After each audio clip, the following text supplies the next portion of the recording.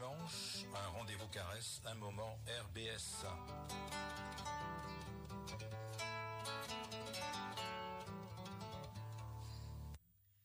Bonjour, c'est la suite donc de l'émission de la caresse, les rendez-vous du monde.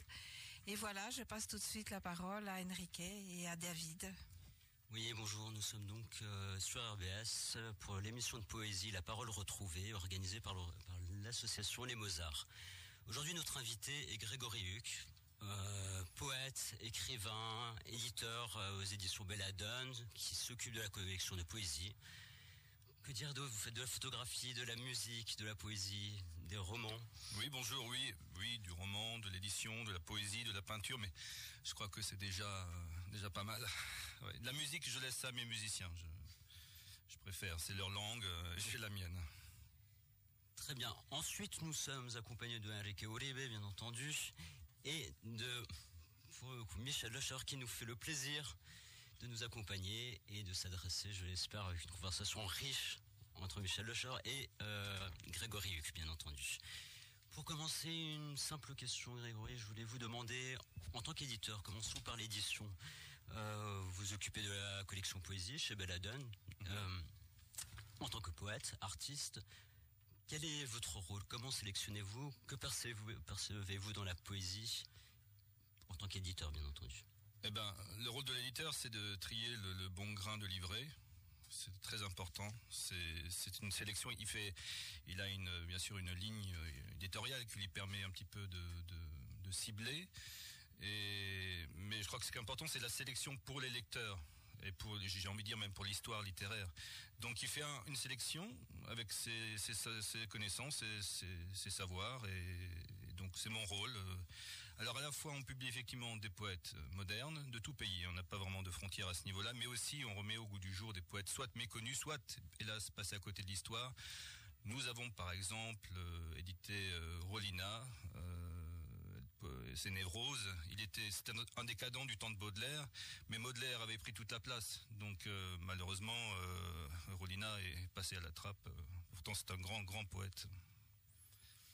Oui, nous avons accueilli ici Jean-Paul Clé, de Stena, Gabriel Charme, donc certains des poètes de votre collection. Et la question qui me vient, c'est que en passant par Clé, par exemple, qui est dans la poésie alsacienne depuis très longtemps, nous passons ensuite à De Stena, Gabriel Charme.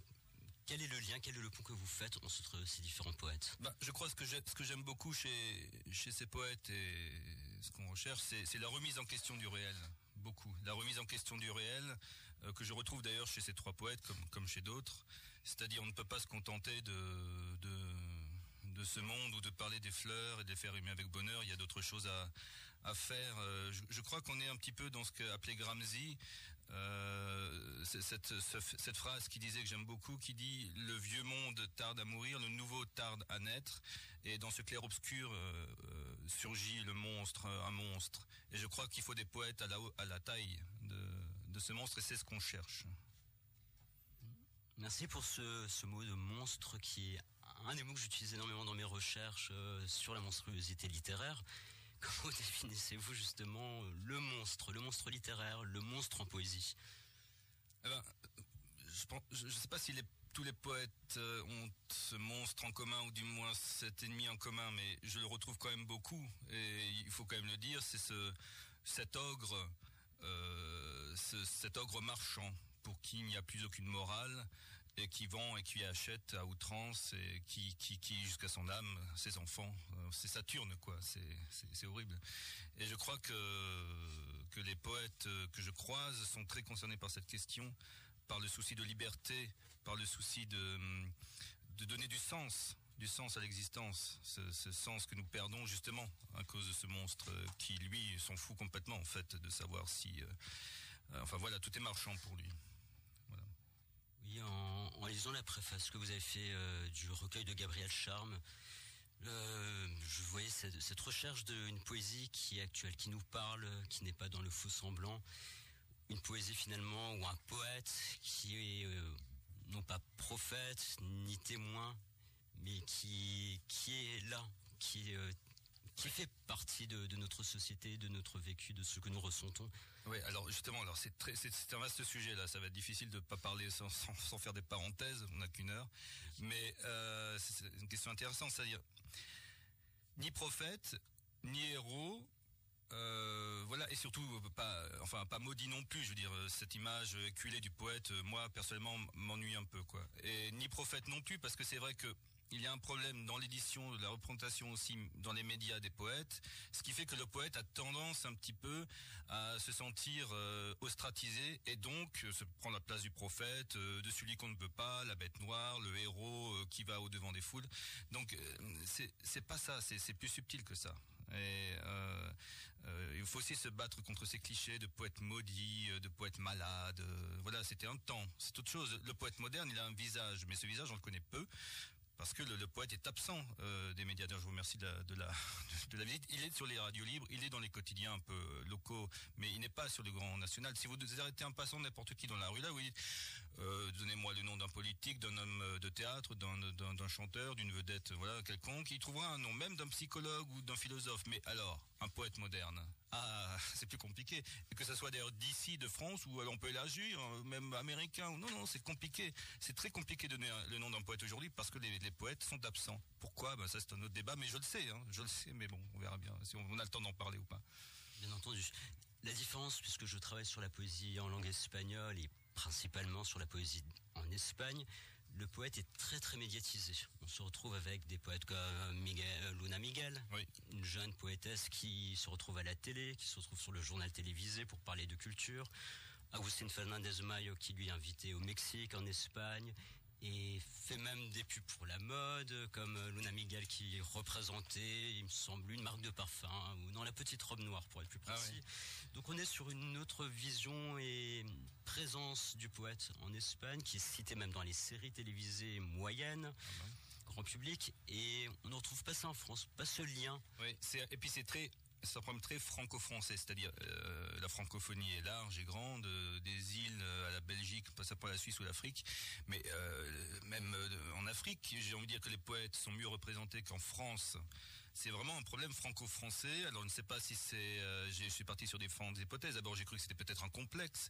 Mais si vous regardez, on écoute un peu France Culture ou tous ces médias, disons ces géants, on parle de poésie. Mais on y parle comme d'un musée, c'est-à-dire on va ressortir Baudelaire, on va ressortir Rimbaud, j'ai rien contre, tant mieux, il faut qu'on parle d'eux, mais on va savoir tout sur leur petite maladie bientôt, parce qu'on les dépaisse, quoi. C'est-à-dire, et le poète moderne, on va dire que ça va s'arrêter avec Aragon qui faisait ses adieux à la télévision en 1970. Et pour les grands médias, c'est pareil. C'est-à-dire, on va encore un peu parler des surréalistes, des romantiques, des décadents, mais au-delà, c'est comme si la poésie était morte et n'existait pas depuis ce temps-là. Alors qu'on a eu des grands poètes.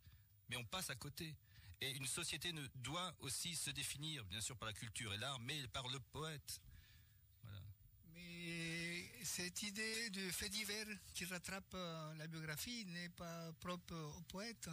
En ce moment, les philosophes sont connus parce que Althusser a tué sa femme, ou Lacan est mort aphasique, ou Foucault est mort de sida. C'est-à-dire que les faits divers rattrape l'auteur et efface presque l'œuvre, non? C'est ça. D'autant plus les poètes, non? Ouais.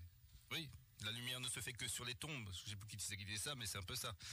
Hélas. Et il faut des drames. Et aujourd'hui, on appelle ça, il faut du buzz. Je ne sais pas d'ailleurs, c'est une question même, que serait un poète à la télévision aujourd'hui? C'est-à-dire, on est quand même dans un écrasement des consciences dans la télévision. Pour faire du buzz, il faut s'écraser. Je ne sais pas comment réagir un poète là-dedans. Tellement je parle en France, bien sûr.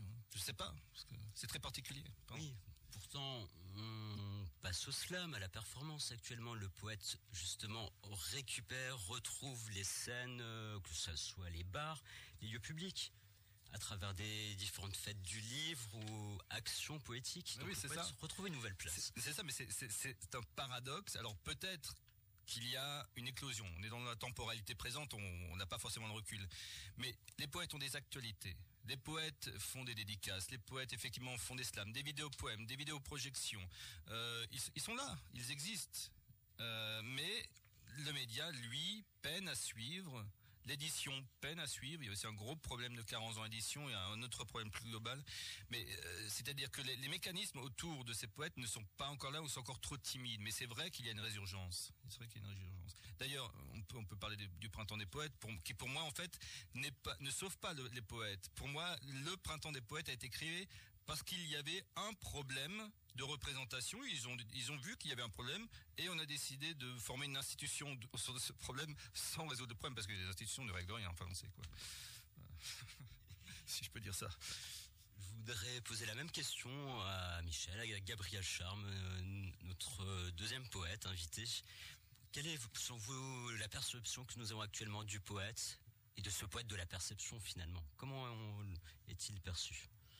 Inexistant par certaines performances dans des médias. Il faut être formaté pour y être, quoi, tout simplement. Le verbe n'a pas sa place dans les médias, de toute façon. La parole est dévaluée, démonétisée. Pourtant, le verbe poétique ici est repris. Comme on l'a déjà dit, par la publicité, par les politiques. On récupère la poésie, mais on se défait du poète, par contre. Le système recycle tout, récupère tout. C'est sa vertu même. Grâce à ça, il survit, il rebondit sans arrêt. Il se nourrit de ça, du recyclage permanent. Sauf, il ne recycle pas l'humain. Il produit des déchets humains, c'est-à-dire des hommes inutiles. Nous voyons une exclusion grandir, c'est exponentiel en ce moment. Nos fameuses ressources humaines. Oui, c'est ça. L'extraction de la ressource. Oui. Exactement. Sur cette même idée, nous avions évoqué Nicanor Parra, qui nous a quittés en janvier, et lui faisait du recyclage poétique, donc récupérer les objets du quotidien qu'il trouvait dans des déchetteries et autres, pour en faire de la poésie. Pour être là sur une autre forme, non pas de récupération de la poésie ou de poétique, mais du poète qui vient lui-même à récupérer cette société de consommation pour y retrouver quelque chose de bien plus fort, bien plus symbolique. Oui, c'est un peu comme César qui compressait la voiture, entre autres de la vicomtesse de Noailles. Pour poursuivre sur l'édition, j'ai pour habitude de travailler avec des éditeurs espagnols, donc je suis aussi intéressé par le côté français que je méconnais, puisque c'est pas la même possession, médiatisation également des poètes, tout simplement. Quel est votre lien, votre relation avec les poètes au-delà de la poésie? Comment se passe le travail? Alors, je crois qu'il faut que, concernant la poésie, le roman c'est un peu différent, mais concernant la poésie, il faut que les liens de l'amitié soient là. Parce que c'est une affaire très délicate. La poésie, par sa métaphore, enfin voilà, c'est du cristal, quoi. C'est fragile tout ça. Donc les poètes sont souvent sont comme des gens traversés, habités. Se traite pas exactement comme un écrivain ordinaire, je veux dire. Voilà. Et donc, mais c'est une mission, c'est un sacerdoce, parce que la poésie en France, en matière d'édition, il y a 10 grandes maisons. Mais après, il y a une multitude de petites maisons et de maisons associatives qui ouvrent aussi vite qu'elles ferment. Donc c'est très bouleversé, c'est très bouleversant. Il y a peu de place. Et il y a un grand tabou là-dessus aussi dans l'édition. En tout cas, je vois aucun papier, je surveille ça, aucun papier, personne n'en parle. Il y a un grand tabou, c'est comme la nature a horreur du vide.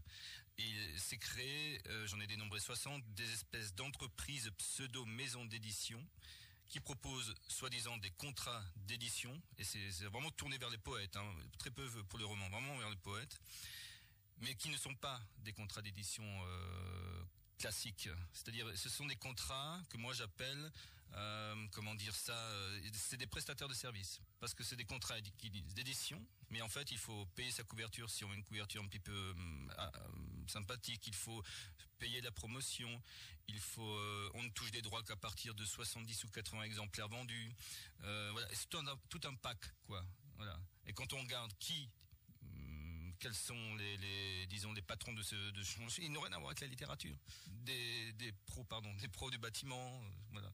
C'est assez, et j'ai dénombré, je me suis arrêté à 60 maisons comme ça. Et elles sont très arrogantes parce qu'elles disent la maison d'édition telle ne veut pas vous publier, venez chez nous. Et après ces poètes déclarent avoir été publiés alors que c'est fallacieux, d'accord? On ne sait plus alors ce que c'est que la poésie. On s'auto-proclame poète parce qu'on a eu une peine de cœur, on va faire rimer fleurs et bonheur, on trouve un éditeur, ceci, cela. Et alors les gens ne savent plus ce que c'est que la poésie. Si on ajoute ce problème au problème de l'éducation par rapport à la poésie, vraiment, enfin où on en est, c'est très franco-français. C'est-à-dire l'essentiel des programmes sont dilués dans beaucoup de superflus. Je parle je vis avec une professeure, donc je fais très attention à ce que je dis. C'est pas les professeurs qui sont mis en cause, c'est les programmes. J'ai mon fils à côté de moi, il a 9 ans, il étudie à l'école, il apprend par cœur à l'école, donc on sollicite la mémoire, les mêmes poèmes que moi il y a 30 ans. Les enfants, on les prend pour des idiots. C'est-à-dire, je crois que il y a 3 couples sur 5 qui dans les grandes villes divorcent au bout de 4 ou 5 ans. Les enfants souffrent du manque d'un parent. C'est comme si les enfants ne connaissaient pas de problème, n'avaient pas de sentiments. On leur parle de l'escargot qui rentre sa tête quand il pleut, quoi, des feuilles qui tombent en automne. Je veux dire non. Et puis la sollicitation de la mémoire, pour moi, il y a un problème. Apprendre par cœur, c'est un problème. Ce n'est pas une table de mathématiques. Il faudrait simplement que le professeur lise sans apprendre le poème avec les élèves et que le poète vivant, donc, vienne en classe, comme ça se fait dans de nombreux pays, et c'est une approche tout à fait saine de la poésie. On n'est pas là pour bourrer le crâne avec les gosses, déjà qu'on en bourre le crâne assez suffisamment avec d'autres choses, avec de la poésie. Après, ça va être quoi? Donc, quand ils grandissent, non, moi, la poésie, ça va, j'apprenais ça le dimanche soir, j'arrivais à lundi devant la classe, voilà, enfin non, ça va pas. Déjà, si on part ça ne va pas du tout. Voilà. Après, ça s'arrange un peu quand même. On étudie des poèmes après.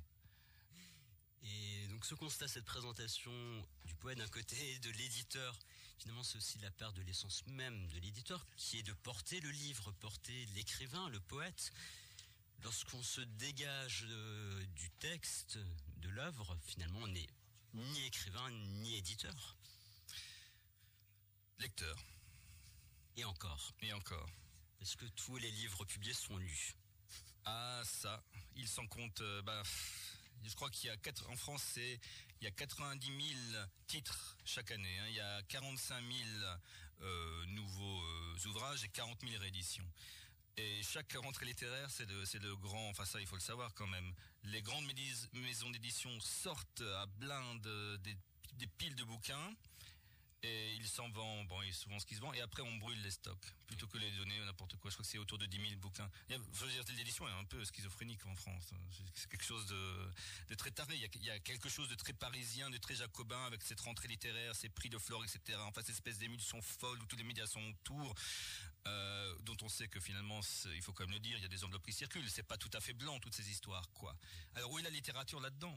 Voilà. Donc, nous sommes beaucoup d'éditeurs très engagés, mais nous sommes en bas de la pyramide. Voilà, où on s'intéresse à la lecture, aux lecteurs. J'ai un contact privilégié avec les libraires. Je place mes poésies. Il y a des fois pas de rayon de poésie dans certaines librairies.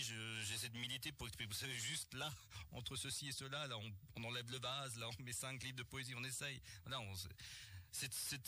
voilà, on essaie juste de mettre de l'humanité là-dedans, dans un monde finalement vicié, parce que la littérature c'est un monde particulier. Hein. Voilà. N'est-ce pas, Michel? Oui, Greg, donc voilà. Est-ce que tu peux m'expliquer comment tu es venu en poésie? Ce serait donc grâce à Miloche qu'il est tombé dans les mains au collège, au CDI du collège de Grace-Belsheim, c'est bien ça? Ah ouais, oui. Bon, on se connaît depuis 20 ans, il faut le dire, donc il connaît l'histoire. Oui, c'était par ennui que je me réfugiais donc au CDI. Je m'ennuyais un peu avec mes contemporains. C'était l'époque des grandes marques, il fallait porter des grandes marques et mes parents étaient un peu désargentés. Donc je préférais me cacher. Et je m'étais caché dans ce coin particulier de la bibliothèque où étaient les poètes, rangeaient les poètes. Et un coup, je me suis adossé un peu trop fort et paf, est tombé le livre de Miloche. Connaissez-vous Miloche? Et d'ailleurs, je ne connaissais pas Miloche. Donc je l'ai ouvert. Je l'ai lu, j'ai ri, j'ai pleuré, je me suis dit, mon Dieu, tout ça, et cette histoire de cimetière de Lofoten avec ce trou creusé par le noir printemps, je me suis dit, incroyable tout ce qu'il nous raconte ce bonhomme, quoi. Et en le replaçant, j'ai vu, waouh, toute une myriade d'autres personnages comme ça dans cette collection. Je les ai dévorés, j'ai appris à écrire, mais je veux dire à écrire avant d'écrire de la poésie, en lisant des poètes, parce que je suis dyslexique, donc j'ai écrit de manière phonétique jusqu'à 10 ans à peu près. Et donc là, j'ai découvert l'écriture grâce aux poètes. Les poètes m'ont sauvé, moi, de mon ignorance, de ma bêtise. Et donc, on va d'ailleurs publier normalement Miloche l'an prochain, l'œuvre intégrale. Pour moi, c'est vraiment la boucle qui se boucle, quoi. Voilà. On est comme ça chez nous. On rend ce qu'on nous donne. Et il semblerait que la patrie de Miloš a beaucoup compté pour toi. Enfin, tu as été en Slovaquie déjà, et semblerait-il, tu as consacré quelques poèmes à ce périple. Ah oui, alors Miloš, c'est la Lituanie, donc la Biélorussie actuelle. J'ai pas été là-bas, mais oui, en Slovaquie, oui, du temps où, mon Dieu, de mes 20 ans, pas si loin finalement, on avait pris le sac, on avait fait la Slovaquie, la République tchèque, tous ces pays, juste après d'ailleurs la révolution de velours. C'était quelque chose. C'est drôle parce que ici apparaissait la télé-réalité avec I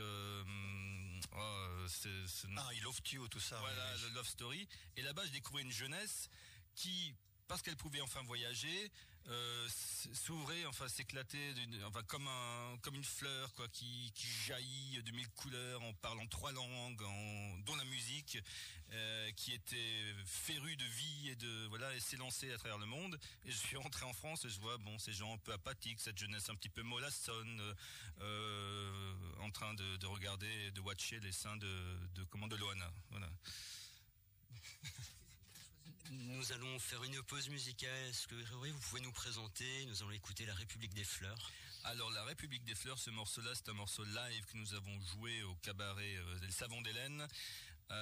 Avec l'équipe agrandie, avec Irina Loseva à la domra, et au piano et au chant, avec Grégory Bayotte, enfin Hiro à la guitare, et le groupe Vox Populi, Gaëtan, Olivier et Thibaut Vincent qui nous ont accompagnés aussi à ce moment-là. C'était très chouette. Il y a 2 ans, sais-tu. Merci. Dans les excès de tes fleurs de lys élyséennes, je voudrais vivre sous la coupe de ta République. Passant sous tes lumières, passeur de tes photos, synthèse, poète de ta luxuriante parenthèse, dans le roman des néants, sans que me hante la cruauté à laquelle beauté s'attache. Je voudrais vivre sans subir l'extravagance de mon frère hominidé, sans être un lâche esclavagé, dopé des blancs flashs, de la poudre d'or.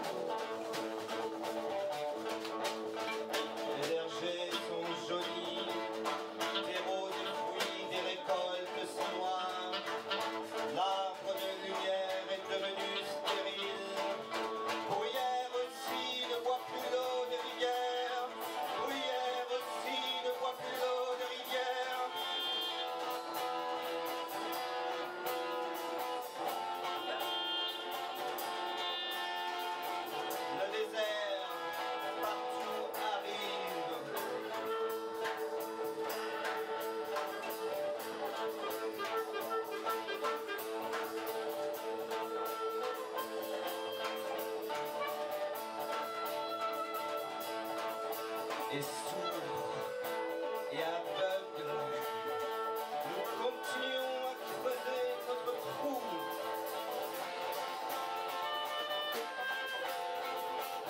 En chantant en mode de refrain, joyeux et l'air de rien. Je voudrais vivre ce continent promis à la musique.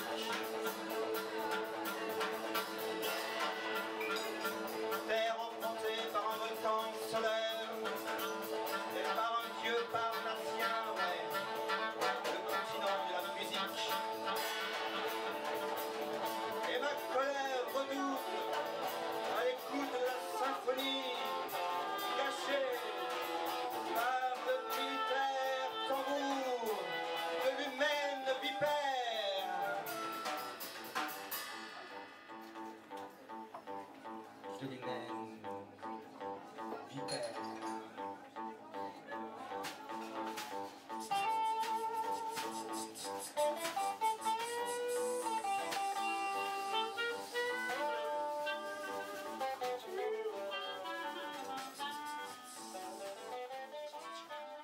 Donc Armand, tu voudrais lire un poème Oui. Un de mes poèmes? Oui. Alors, comment il s'appelle? Mon fils. Ah bah, ça tombe bien. Vas-y. Je commence. Ok. Tu seras encore là à la fin du monde. J'ai bien tenté de prolonger la lumière, mais ils étaient trop nombreux à avancer. L'heure de l'ombre, ce n'est pas un drame, c'est la justice immanente qui reprend son souffle. L'humanité crèvera dans un chuchotement.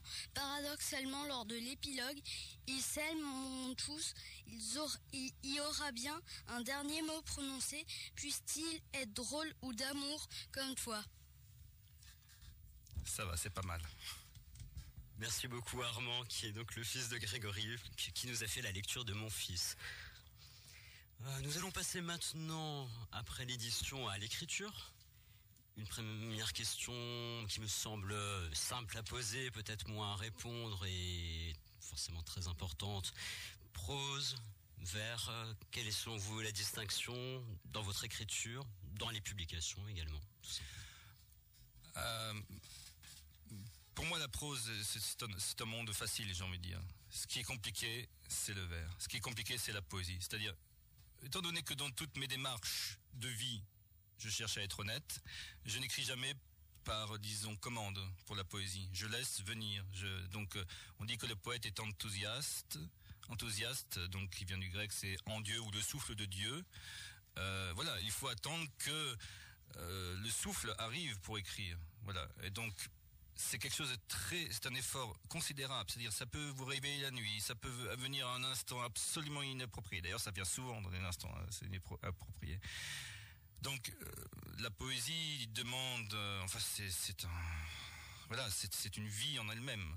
Ensuite, la prose, ma foi, on a une idée, on la construit, c'est deux types d'écriture, deux systèmes de mécanismes complètement différents, à mon sens. Michel, êtes-vous d'accord ou faites-vous une distinction entre prose et vers? Oui, ça rappelle toujours la phrase d'Edgar Morin. Il y a deux manières d'être au monde, la manière poétique et la manière prosaïque. Donc chacun nous fait de la prose sans le savoir, comme M. Jourdain, mais il arrive à certains de faire de la poésie comme Greg, notre invité. Et le poème en prose, alors, serait-il pour vous proche du mensonge, puisque vous avez parlé de vérité pour le vers? Allons-nous vers le mensonge dans la prose? C'est une question intéressante. Je veux dire, il y a toujours des zones grises, surtout en art. Donc, c'est pas quelque chose qui me dérange. Hein. Il y a des belles poésies en prose. Moi, je suis dans le vers libre. Mais il est important de le dire ici, surtout s'il y a des jeunes poètes qui nous écoutent, il faut pratiquer la technique. Il faut pratiquer le sonnet. C'est la forme qui va aider le fond à surgir, c'est-à-dire dans la sélection, à la recherche du mot juste, dans la musicalité. Il est vraiment très important d'étudier. C'est pas... Voilà, il faut pas voir ça comme une punition, quoi. Je sais, on aime bien faire le vers libre. Bon, je vais vous dire, comme je peins, je vois ça, et il y a des gens qui disent « Oh, moi, j'adore l'abstrait, je fais de l'abstrait. » Non, voilà.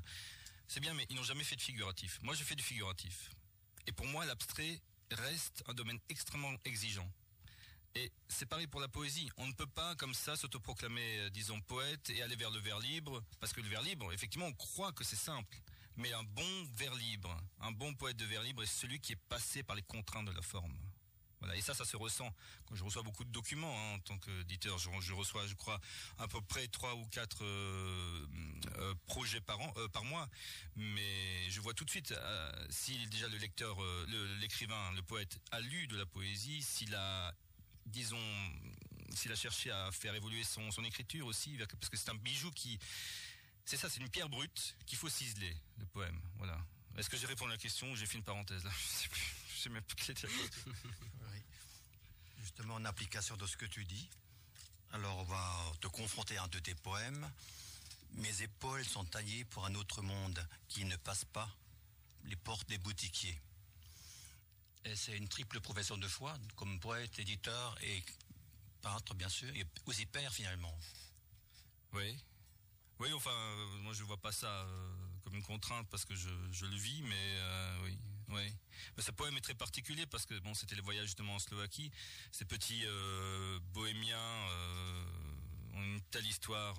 Enfin voilà, je veux dire, ce sont des gens, des Roumains qu'on a essayé de sédentariser alors qu'ils ne peuvent que faire la Manche et qui passent pas les boutiques justement parce qu'ils sont rejetés de partout. Enfin, c'est toute une histoire. C'était très étrange pour moi de voir. Je découvrais bien. Enfin, je connaissais le racisme en France, bien sûr, mais je voyais une autre forme de racisme dans ces pays-là.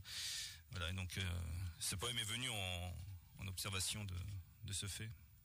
Mais tu as les épaules larges, bien taillées, tu portes une famille déjà, tu portes une maison d'édition. Ah, c'est ça que tu veux dire. Ah, voilà. Oui. Oui, enfin, j'ai pas de mérite, je pense pas qu'il y a de. Je fais juste. Moi, je suis les signes, en fait. Je suis un peu dans le karma, quoi. Je sens quelque chose, j'y vais. Je sens une opportunité, j'y vais. Je vois quelque chose, un oiseau qui va vers la droite. Allez, on va vers la droite. Si je suis perdu, du moins. Donc voilà, tout fonctionne comme ça. Donc je vais vraiment à l'instinct. Je suis une bête un peu instinctive, quoi. Je réfléchis pas trop. Je sais pas ce que ça donnerait si je réfléchissais. Et tu as donné des sueurs à ta mère. Oh, mais maman, croyez votre enfant, il vit de la meilleure manière, dans le pire des mondes. Le travail. Trop d'ouvriers en produisent déjà. Partout la terre est pleine de leurs trous. Alors tu as dû faire un effort pour secouer l'inertie, pour secouer l'incompréhension familiale et tout ça. Je crois que c'est toujours une démarche d'honnêteté, c'est-à-dire... Rilke disait dans ses lettres à un jeune poète, il répondait au poète Capus qui lui écrivait ses doutes. Est-ce que je dois mettre au courant mes parents de mon univers, voilà, de ma poésie naissante? Et Rilke avait cette bonne réponse, il disait à vos parents, dites ce qu'ils attendent d'un enfant, voilà. Mais il ne faut pas les inquiéter avec toutes ces ombrages, toutes ces ombres de la poésie. Ce poème c'est un peu ça. Bon, j'ai pas, je faisais ce que je pouvais, quoi. Ma mère était inquiète, bien sûr, de me voir quitter un travail comme ça et de prendre le sac pour dire allez, tant pis, on va voir ce qui se passe ailleurs, quoi. Voilà, c'est quand même un peu inquiétant. Donc je comprenais cette inquiétude, mais bon, je pouvais pas non plus trop la masquer puisque j'étais absent pendant quelques mois de voyage. Mais je faisais ce que je pouvais, disons, et je pense que tous les poètes, écrivains ou un petit peu les gens qui sont dans la marge doivent un petit peu ménager leurs proches. Oui, ta préfacière parle de poésie autofictionnelle aussi, pour ce recueil en particulier. Oui. Est-ce que déjà tu peux parler d'elle, de votre rencontre et comment ça se fait? Marcia Rambourg Garcia, c'est une amie poétesse d'origine. Moi j'aime ces gens. Alors elle est d'origine brésilienne et elle s'est déplacée, je crois, pour un amour en France et finalement elle a tellement épousé la langue, tellement aimé la langue qu'elle est devenue professeure de français. Alors qu'elle ne parlait pas un mot. Je veux dire, ça c'est formidable. Oui. Et quand on la lit, ce que j'aime beaucoup dans son écriture, c'est que c'est quelqu'un qui te rapporte ta langue avec une oreille et une intention que tu ne peux pas voir ailleurs. C'est comme un enfant, parce que comme c'est pas la langue maternelle, c'est comme un enfant qui te parle. Mais moi, ça me plaît beaucoup sa poésie. Je voudrais revenir sur vos conseils aux jeunes poètes, sur cette idée que faire de la poésie, c'est avant tout la lire, la comprendre, l'étudier, la digérer. Et ensuite, on peut la déconstruire, proposer autre chose. Vous avez publié un recueil bilingue, en anglais, en français. Ouais. Est-ce que vous étiez dans une réécriture d'une langue à l'autre, dans deux compositions différentes? Comment se passe ce moment, ce miroir entre deux langues, deux poèmes? J'ai pas écrit en anglais, disons, pour écrire en anglais, parce que ça se fait beaucoup, surtout à cause des réseaux sociaux actuellement. Je suis venu à cette langue par passion, par une passion pour une élève de peinture qui est devenue une amie. Et donc, voilà, et lire et apprendre une autre langue rend l'esprit vaste. Et quand j'ai découvert l'anglais, j'ai dit, mon Dieu, voilà. Dans la langue, c'est l'expression. C'est-à-dire, les expressions différentes amènent aussi à penser qu'on vit de manière différente. Je sais pas, ça m'a fait un choc culturel de ma propre tête. Et donc, quand je suis arrivé à la poésie en anglais, simplement par elle, en découvrant sa culture, j'y suis arrivé spontanément, naturellement. J'ai commencé à rêver dans la langue étrangère. Donc, à partir de ce moment-là, tout était possible. Voilà. Est-ce que j'ai bien répondu à la question? C'est pas certain. C'est la réécriture Ah oui, la réécriture. Final, qu'est-ce que la réécriture quand on écrit en bilingue? Ah oui. Mais en fait, donc là j'ai écrit directement en anglais. Je me suis traduit moi-même en français parce que l'éditeur voulait une traduction en français. C'est très étrange. Parce que c'est ma langue maternelle, mais j'ai eu du mal à la traduire en anglais. C'est très étrange parce qu'elle n'était pas là spontanément en français. Ensuite, pour ce qui est de réécrire, par rapport à ce que vous avez dit tout à l'heure sur le jeune poète qui doit se réapproprier la poésie. Ensuite, il n'y a pas tellement de sujets que ça. Hein. Il y a l'amour, le manque, la passion, la mort, le désir. Voilà, il y a quelques sujets qu'on se partage. Mais je crois qu'il faut effectivement se réapproprier parce que l'époque change. L'époque n'est jamais la même, jamais la même. La comparaison n'est pas raison. On ne sait pas où on est. Et le poète donne sa grille de lecture. C'est horrible comme mot, grille de lecture. Mais bon, voilà. Les capitalistes nous comprendront. Voilà. Donc, voilà, il doit se réapproprier la poésie pour donner sa version des faits.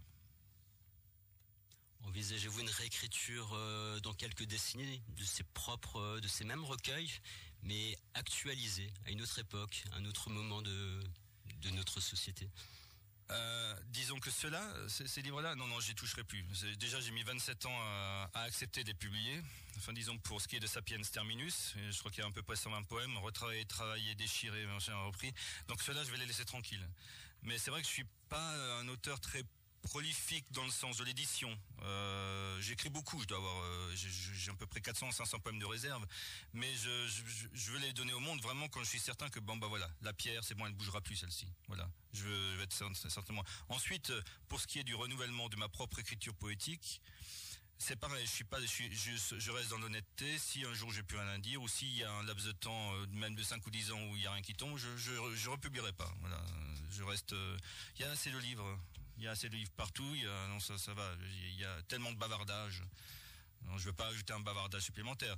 Ce que j'ai publié, pour moi, ça fait sens, il y a une quintessence, c'est un objet. Voilà, j'y ai mis ce que je pense être juste et important pour le monde, quoi. Pour faire le pont avec votre partie artistique, photographie, peinture, et les nouveaux médias, les nouvelles propositions qui se font à travers l'internet, la vidéo, on a parlé de vidéos poèmes, de slam, etc. Comment envisagez-vous le futur de vos poèmes ou de vos poètes dans votre collection en lien avec les nouvelles propositions des technologies à venir et actuelles même? C'est vrai que tout passe par l'image aujourd'hui, on le voit bien, et on est vraiment dans la transversalité de l'art actuellement, partout. Et là, il se passe la rencontre des vidéastes et des poètes. Et il y a vraiment des objets stupéfiants. Il y a vraiment donc ça existe aussi grâce aux médias alternatifs, aux médias internet. On peut vraiment diffuser des éléments sensibles, fragiles à travers ces médias.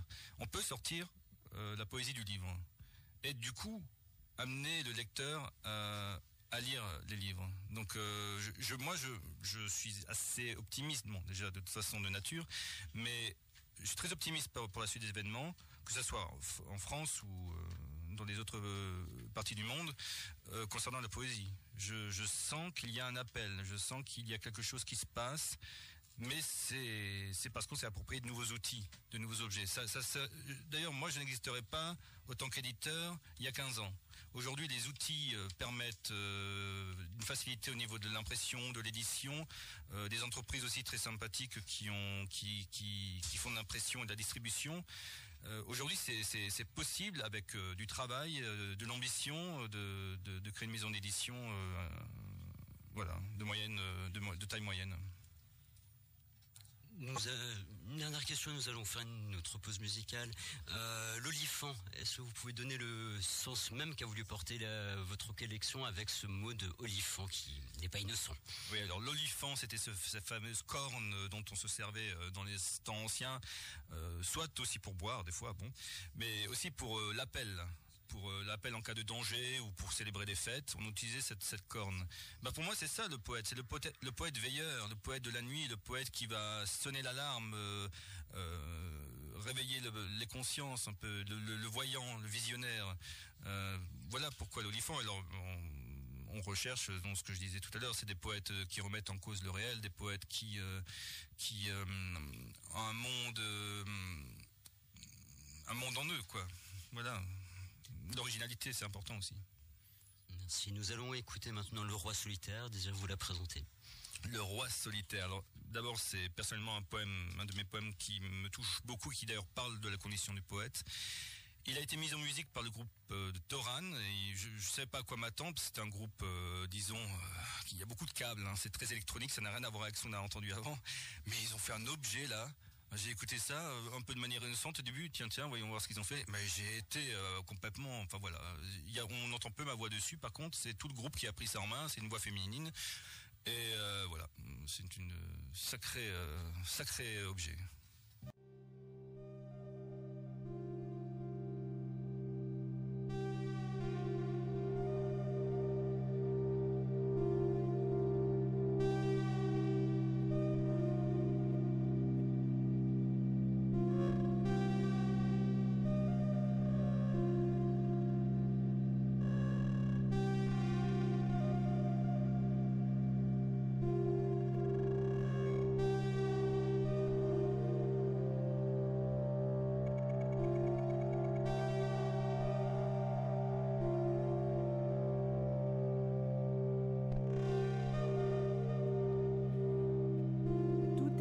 Rassasié de désirs clairs,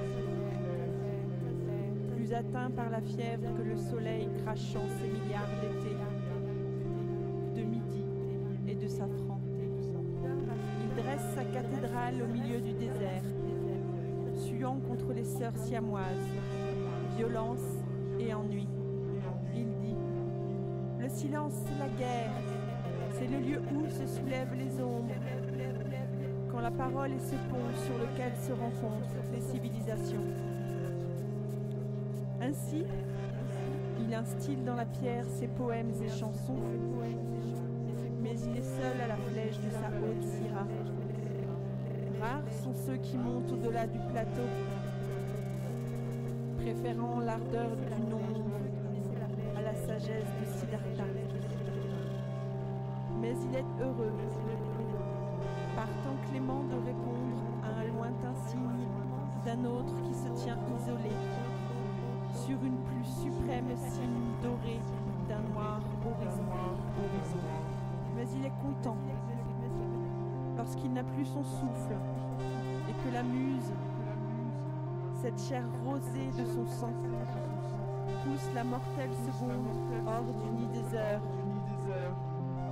et partage avec lui la chaleur d'un peu de lumière. Hélas, ainsi que les autres monts s'éboulement au loin, la muse reprend son souffle pour une autre bouche. Toute nature a sa fin. Nous sommes toujours sur RBS avec l'émission de poésie La Parole Retrouvée. Nous allons écouter maintenant Michel Lecher. Oui, Greg, donc tu as... Comme titre, tu as mis Sapiens Terminus, et là, page 123, tu as un poème épitaphe. Je n'ai plus le désir de vivre ici. Nous n'avons de réponse à nos manques que dans l'augmentation des doses. Je voulais aimer jusqu'à l'épuisement du feu et du ciel. Donc, est-ce que quelque part tu annoncerais une sorte de retraite de ce monde à pas de côté? J'ai surtout la grosse sensation d'être un passager, et que disons que dans l'enfance, l'été semble un peu éternel, comme ça, c'est très étrange, mais plus j'avance, plus j'ai l'impression qu'on va personnellement, tous vers une chute, notre propre fin du monde. Et donc, c'est une impression, hein. C'est une impression qu'effectivement, déjà, il y a aussi ce dégoût de vivre parfois parmi les humains, quoi. Voilà, je n'ai plus le désir de vivre ici. Nous n'avons de réponse à nos manques que dans l'augmentation des doses. Ça, c'est pour de nouveau ces addictions dont on est entouré, ces désirs créés pour nous, où on ne sait même plus quels sont nos propres désirs. Et voilà, moi, tout ce que je voulais dans ce passage, c'est aimer jusque l'épuisement du feu et du ciel. C'est-à-dire, j'oppose la vision, disons, on va dire libérale du monde à une vision simplement libre. Voilà, j'oppose ces deux visions. Donc, tu as la nausée de Sartre et du sentirais venir une sorte de collapse, d'effondrement au ralenti. Oui. Comme celui qui tombe du gratte-ciel, etc. Au ralenti, ouais. Et plus c'est lent, plus c'est douloureux. Est-ce que tu pourrais parler de ton roman aussi, Apolline en Arcadie? Alors oui, en plus il y a une excellente nouvelle qui vient de tomber, enfin qui est tombée il y a 2 semaines. Il y a une compagnie strasbourgeoise qui va adapter le roman, donc la compagnie Les Particules, qui va adapter le roman au théâtre. Alors bon, ça c'est déjà pour un auteur, c'est magistral. Donc Apolline, c'est l'histoire d'une jeune femme contemporaine, enfin d'une jeune femme de notre temps, qui on va dire 22 ans, qui s'ennuie beaucoup parmi ses contemporains, qui s'ennuie beaucoup à la faculté, et qui écrit de la poésie, et qui aime la poésie, qui en lit, et qui, voilà. Elle va trouver dans le grenier de familial un plan, dans un livre, d'un poète qui se trouve être de sa famille, un plan pour aller en Arcadie. Donc l'Arcadie, disons, rappelons quand même ce que c'est, l'Arcadie, la cité mythique. La cité mythique où vivaient en harmonie des muses, des poètes, des chevriers, voilà. Et elle va accéder, par le truchement de ce plan, à l'Arcadie. Et elle va là se confronter à son destin, rencontrer des grands poètes. Alors bien sûr, il y a une intrigue qui est un peu similaire à notre monde quand même, au niveau de la sécheresse. Et il y a bien sûr quand même des problèmes entre les poètes. Et elle arrive là. Voilà, bon, je vais pas en dire plus, mais en tout cas, c'est un livre que j'ai pris beaucoup de plaisir à écrire, qui a surgi assez spontanément en 7 ou 8 mois d'écriture, mais qui était là dormant depuis 20 ans, parce que je me suis beaucoup nourri des correspondances entre les poètes, etc. Mais voilà, le temps tourne et j'en ai fini pour l'Arcadie. Si vous le permettez, l'Arcadie résonne de manière un peu particulière à Strasbourg récemment. Est-ce que ça vous dirait tout simplement d'évoquer Ça m'a un peu chagriné. D'ailleurs, je vois vaguement le lien de pourquoi l'Arcadie, pourquoi ce bar s'appelle l'Arcadie. Enfin, je sais pas, c'est une espèce de racine pourrie. Je sais pas. Oui, bon, c'est-à-dire. Je suis quelqu'un d'optimiste, je me arrête pas sur ce genre je connais ces milieux aussi, j'ai fréquenté, parce que disons, je suis j'ai été beaucoup borderline, j'ai beaucoup expérimenté, j'ai croisé beaucoup de personnes, voilà, donc j'ai toujours en gardant mon esprit grand ouvert. Donc je vois comment est construit l'esprit de quelqu'un qui n'aime pas les autres. Peu importe d'ailleurs que ce soit une question de race, de cheveux, ou de couleur de peau, ou de couleur de yeux, je sais pas. C'est très sentimental. C'est construit sur, c'est pas construit sur de la raison. Alors, et puis de ce sentiment naît une violence. Je les plains, parce que ça doit être des gens très malheureux, voilà. Mais ensuite, bon, c'est malheureusement pas quelque chose qui me surprend. Voilà. Malheureusement. Mais non. On a dit les choses sans évoquer ce qui s'est passé, mais enfin tout le monde sait un petit peu ce qui se passe à Strasbourg, j'espère. C'était juste pour revenir sur le mot d'Arcadie, finalement. Ouais, oui, c'est ça, c'est stupéfiant. C'est vraiment... Ça fait mal. J'irai pas boire un café, je crois, là-bas. J'ai les cheveux trop longs, je crois. Oui, alors la question qui tue, Adorno a dit pourquoi écrire encore de la poésie après Auschwitz? Et là, on serait entre deux Auschwitz, le prochain à venir, et pourquoi écrire encore alors? Oui, alors ça, c'est une question fondamentale que tous les poètes ont dans des conversations. Est-ce que la poésie peut changer le monde? Alors, c'est très intéressant, on en parlait avec Enrique. J'ai tenu j'ai beaucoup de carnets, quoi. Hein, et dans mes carnets de voyage, lorsque j'ai cette conversation avec un poète qui soit d'origine colombienne, qui soit d'origine slovaque ou Dubaï, peu importe, je note les opinions. Si oui ou non, la poésie change le monde. Et à un moment, quand je suis arrivé à peu près à 50 opinions, j'ai un peu regardé pour essayer de trouver, mais pourquoi et pour qui et pour... Voilà, les raisons qui font que l'un ou l'autre penche. Et j'ai trouvé, enfin du moins, je pense avoir trouvé. Les poètes qui jugent que la poésie ne sauve pas le monde sont des poètes qui lisent peu, qui se nourrissent de leurs propres œuvres, mais qui ne lisent peu d'autres auteurs. Et ils pensent souvent que leur poésie va quand même sauver le monde. Mais voyant que leur poésie ne soulève pas les foules, ils disent « Ah bah non, de toute façon la poésie ne sauve pas le monde ». Un auteur qui lit beaucoup, donc on est de retour dans cette espèce d'esprit vaste, va sentir combien la lecture lui apporte et le rend empathique, quoi. Et cette empathie le transforme. Et puisque ce sont les individus qui constituent le monde, puisqu'il est bonifié par la lecture, oui, la lecture d'ailleurs, peu importe laquelle, enfin du moins, voilà, change le monde. La poésie change le monde pour moi. Ça c'est une certitude. En effet, ce que j'ai vu et senti dans la poésie de Grégory, c'est un élan de remerciement, de gratitude. Il a beaucoup de dettes. Et il y a beaucoup de remerciements, il y a des citations. Donc c'est un homme éminemment endetté. Donc, comme moi, en effet, quand on est très endetté, c'est parce qu'on a reçu des cadeaux, des dons, on a reçu de l'énergie, de la lumière, des paroles.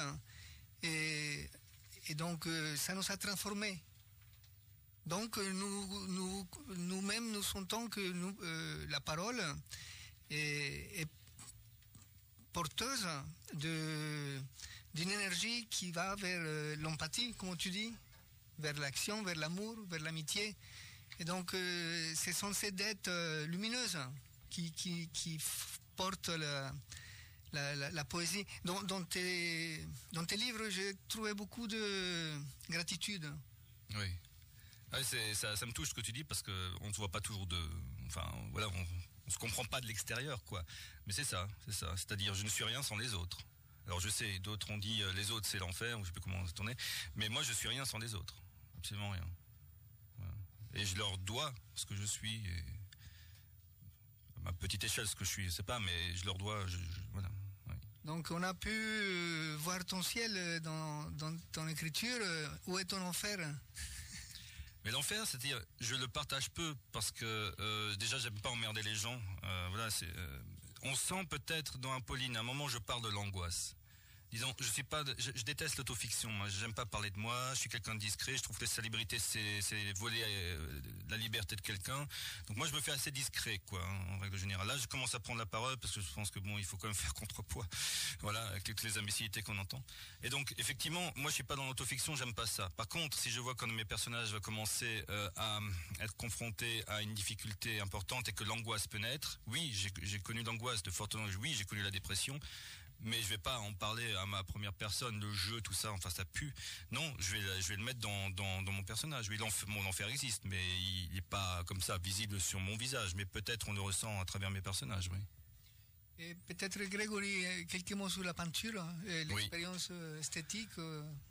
La peinture, j'ai commencé à dessiner avant de savoir écrire. Pour moi, la peinture, c'est une sorte de refuge. Et c'est toujours un refuge aujourd'hui, c'est-à-dire quand il y a trop de mots, même les miens, quand je peux plus le mot, je me tais et je peins. Et là, et encore là, ça parle dans ma tête, hein.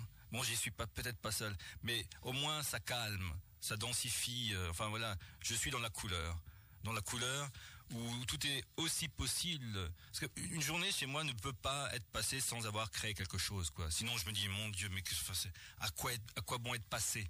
Voilà. Donc quand le mot me submerge, je passe à la peinture, et donc là c'est pareil, je fais des portraits des gens. Voilà. Je suis dans le figuratif.